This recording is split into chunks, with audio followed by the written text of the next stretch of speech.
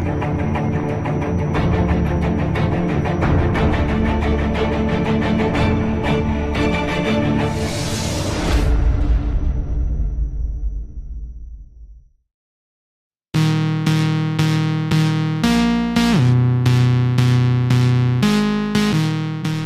what's going on, guys? It's Aston Edmonds with Health and Swellness, and you're watching week number 4 of Jonnie Candito's 6-week strength program. Now, to reiterate to anybody who is new to the channel, I am only doing the lower body portion of the programming. I've got my own programming for upper body. So we started off the first lower body day with sets of 3 on squat, starting at 320, moving to 325, and then finally getting up to a triple with 330. The purpose of week 4 is to ramp us up and prepare us to lift heavier weights on week 5. Week 3 kind of acted as almost a deload because the volume was so low and the weight really wasn't that high. So we kind of deloaded, then this is our ramp up week, and then next week is when we really push the weight. The weights didn't feel too heavy on this day. They felt a little heavier than they should have. And I think it was a little bit of form issues. You'll see my third rep of this third set actually probably goes up the quickest out of any of them. And that's because I was kind of experimenting with different cues as far as, what I'm thinking about as I'm lifting.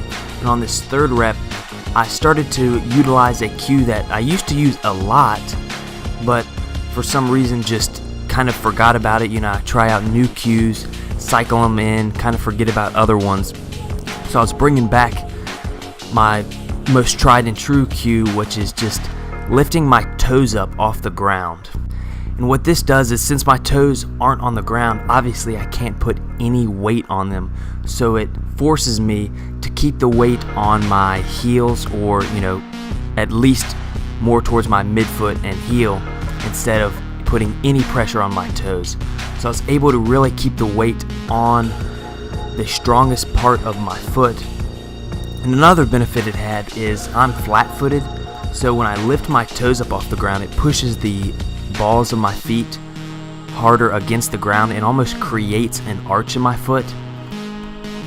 So the weight was, dispersed on my heel and the outside of my foot, instead of how it is naturally, which is right, all the weight is pressed on the arch of my foot, flat against the ground, since I am flat-footed.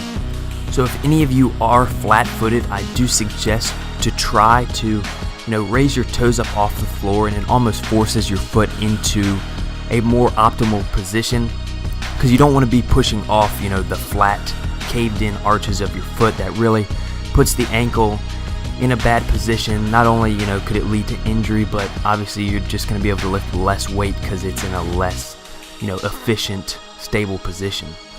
And also, I find when I push off the outside of my heel as opposed to my collapsed arch, I really find it helps activate my glutes a lot. Sometimes I have trouble activating them in movements such as the squat because I'm focused too hard on, just pressing with my legs instead of really squeezing my glutes. But that's pretty much it for the first lower body day. We finished up with the deadlift stance, box squats. We got to add in more volume this week compared to last week, added back in the optional exercises. But now on to the second lower body day. We started off with a triple at 330, which actually moved pretty well. I was very pleased with how the weights moved today. They felt extremely light and they actually moved very fast. And that's one thing that I've always had a problem with, is even if the weights felt light, they always moved slowly. It's like even when I would do a weight that I could do for 10 reps, it's like every rep was, appeared to be a grinder, even though it felt really light and easy.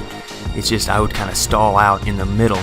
But everything moved nicely today. Here's the top set of 340 for a double.